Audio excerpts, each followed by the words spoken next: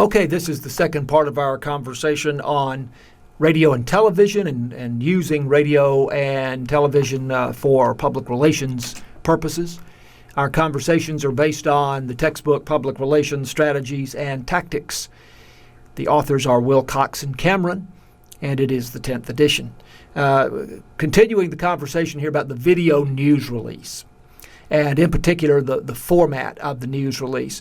The file that you might receive is similar to the media kit that was described in the previous outline. It would have a number of components that would be part of the VNR file. Typically, the main thing is a 90-second TV news package with reporter narration.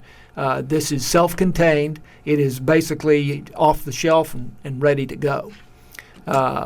It will also contain B-roll, and the B-roll is video and natural sound only, also sound bites, giving the TV station flexibility in how to use the material. We're going to be talking more about that in a moment or two. It will provide clear identification of the source, the PR organization that the contents are coming from. You remember in the video that we saw in the previous outline in the previous video, it was very clearly indicated at the end of that package that was coming from that particular dairy products organization. So we'll talk more about this. The file will also include the script, hard copy of the script, information on the spokespeople contained in the VNR, contacts, in other words, people to call for further information or questions and what have you, extra sound bites, and background information on the subject matter. We'll talk more about this. B-roll packaging. B-roll is very important. And again, the B-roll is just the raw video, natural sound, sound bites, and so on. 70% of TV news directors want a VNR, video news release, with B-roll. So they expect it. They desire this. VNRs have been criticized because television stations do not make it clear that they're coming from, the VNR is coming from a PR organization. The expectation for a viewer is that when they watch the 6 o'clock news, the 10 o'clock news, that it's being presented according to normal journalistic standards, and that includes objectivity. Well, PR is not objective. We are presenting a point of view, and we have an interest in a particular point of view being presented. So if the television station doesn't inform the viewers that this is coming from the dairy products organization, then the viewer is being misled in a way. And so the term fake news definitely could be used. But if the TV station uses the B-roll to produce its own story, and they can put whatever facts they think are appropriate into the story, use their own reporters, and make the story their own, then that's another matter. So it's important that the B-roll be provided, and then the story may get produced, and it will look different than the package that the PR organization produced, but they're happy that the story gets covered. Here's B-roll from the story that we saw in the previous video about school breakfast. Research shows students who eat a nutrient-rich breakfast have better attention, better memory, and ultimately better academic performance. School breakfasts are healthy, affordable, and stress-free. They follow dietary guidelines to ensure that all students get the nutrients they need. Parents can have peace of mind that their children are getting good foods like low-fat milk, fruit, and a whole grain to help them prepare for their day. I can tell the difference from them having a great breakfast here at school. My students that have eaten breakfast are more focused and more attentive. They're ready to learn each day.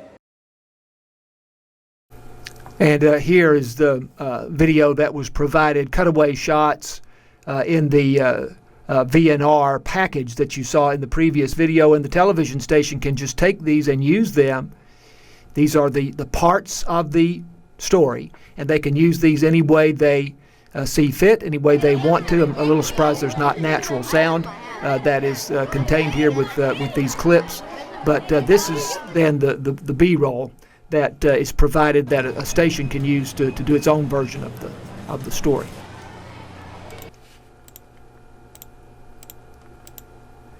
Television PSAs, public service announcements. We talked about radio, public service announcements. Like radio, television uses PSAs on behalf of nonprofit organizations. Now, that might be the government, community organizations of one kind or another, charitable groups. Public service announcements are never done for companies, for businesses. They're not nonprofit, and they buy advertising. That is how they would get their message on the air. The typical TV station runs an average of 137 PSAs per week. Now, if we're talking about a TV station here, we're talking about local broadcast FCC licensed TV stations. So, for example, in Dallas-Fort Worth, Channel 4, Channel 5, Channel 11, Channel 8, and so on. The guidelines for PSAs, for television PSAs, are similar to those for radio. A celebrity spokesperson may be used, and the same is true really of radio PSAs. Action may be used for visual appeal. So they can be done in the same way really that a commercial is produced. Use all of the same techniques, all of the same ideas and approaches that might be used in a television commercial. Let's look at psacentral.org. Again, we looked at this website when we were talking about radio PSAs. This is done by the Ad Council, which is an organization of advertising agencies around the country. Again, we'll look at adoption from foster care as a subject. And we will look at, in particular, television. We can come down here and look at what television commercials they have. And we'll play one of them for you. So this is for adoption.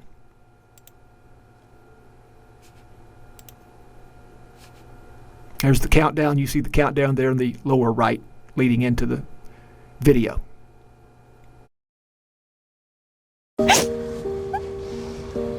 sweetie. Okay, you know what? Let's take off his sweatshirt. Get rid of pictures of him. You don't have to look at him. Goodbye, Dave. Mom, you don't understand. He's tagged in like 400 of my posts. I can cut out tags. No, that's not how it works. What is a tag? You don't have to be perfect to be a perfect parent. Thousands of teens in foster care would love to share their first with you. Okay, so very nicely produced, very professionally done, just very much like a commercial. But those are provided. The airtime is provided free of charge by television stations, and TV stations can go to that website and they can take anything that they want, anything that they need and want to use. Satellite media tours. These are pre-booked one-on-one interviews from a fixed location via satellite. They are similar to radio interviews, which we talked about. The main difference being radio interviews very often are done simply on the phone. Companies may make their CEOs, their chief executive officers, available for interviews. May be anyone that they want, any spokesperson that they want. 85% of television stations participate in satellite tours. And here's a video about satellite media tours or satellite TV interviews.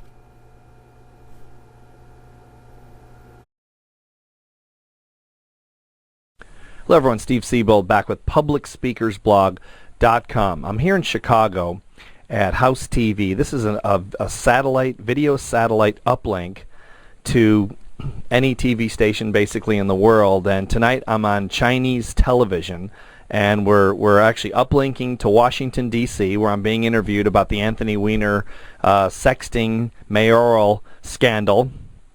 Based on my book, Sex, Politics, and Religion, How Delusional Thinking is Destroying America. And I've done uplinks like this all over the country. and some all over the world, for that matter. And when you're doing an uplink, if you've never done one, it's a little strange, because I'm actually sitting, and we got about 10 minutes before I actually go on live, and so they allowed me to come in here and do this, which was nice. But when you do the uplink, when I have it, I'll just have if you've never done one, I'll have an earpiece in my ear, and I'll be able to hear the producer and eventually the host of the show, and they'll ask the questions. But I'm looking into a camera, and I can't see the host. All I can do is hear what they're saying, and there's a delay. Now, this interview is being uplinked to Washington, but it's on Chinese television. It's on Dish Network. It's on DirecTV. But the biggest audience is actually in Beijing. It's actually in China and also Nairobi, Kenya. Going to stop in there. It's a little bit unusual that this is an international link up, but certainly it's possible to do, and not that uncommon. And then product placements, another interesting subject to think about. Television dramas and comedy shows and films, movies, are good vehicles for promoting a company's products. I think of the James Bond movies, which are famous for the product placement of cars. A lot of cars are seen in James Bond movies, usually racing around a curve at a high rate of speed and sometimes crashing, and a lot of action.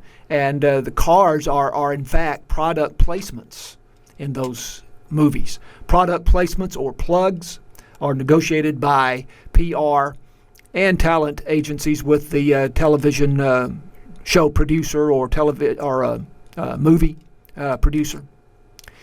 A great story. M&M's made a mistake in the early 1980s when product placement was not as common by not allowing the massive hit film E.T.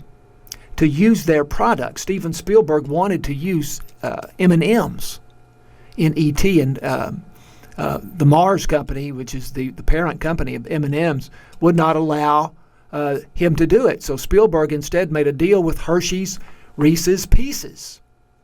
And Reese's Pieces enjoyed a tremendous boost from their placement in the film. Almost made Reese's Pieces, really. Here's a clip.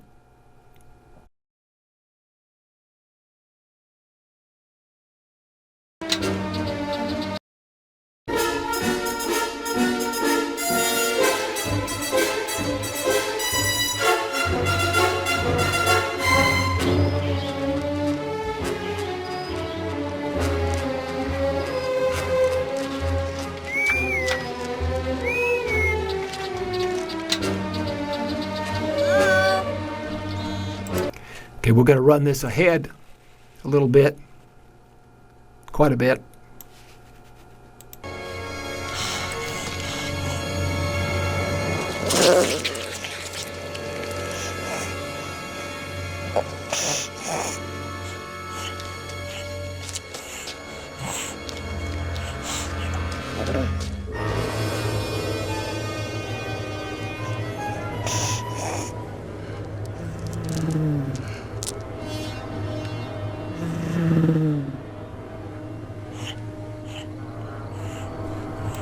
And we'll pause that there. But Reese's Pieces were around, and I suppose were successful before E.T., but they just became enormously popular and trendy after that movie became such an enormous hit. And Reese's Pieces, into recent days, recent times, still making that connection to E.T. It's a fairly recent commercial.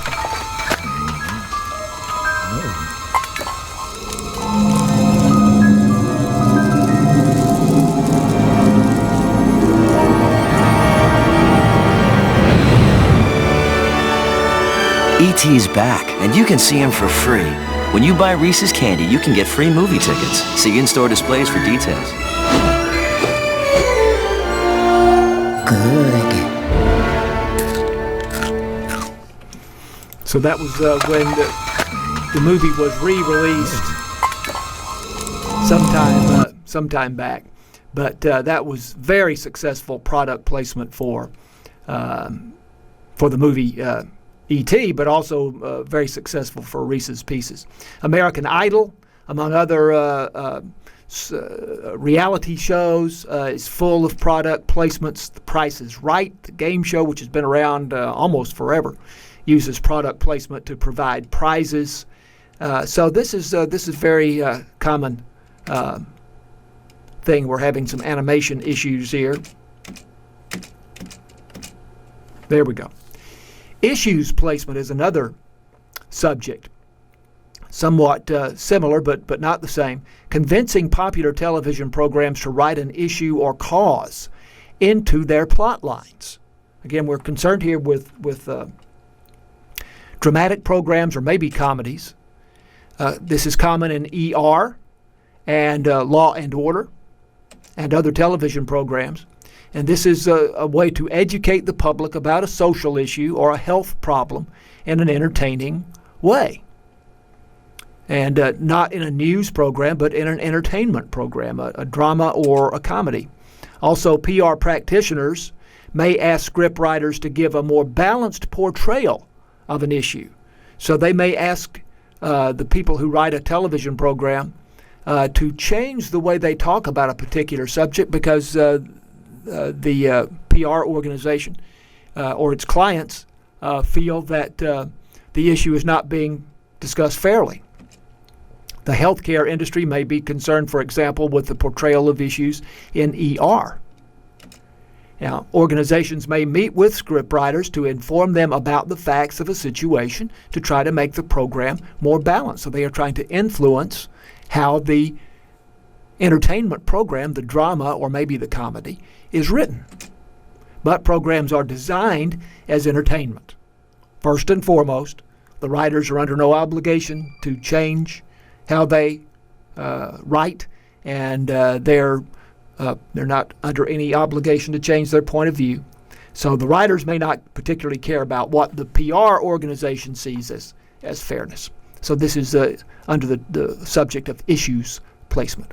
Okay, so that concludes our conversation about public relations and radio and television, and we'll have a new topic next time. Thanks.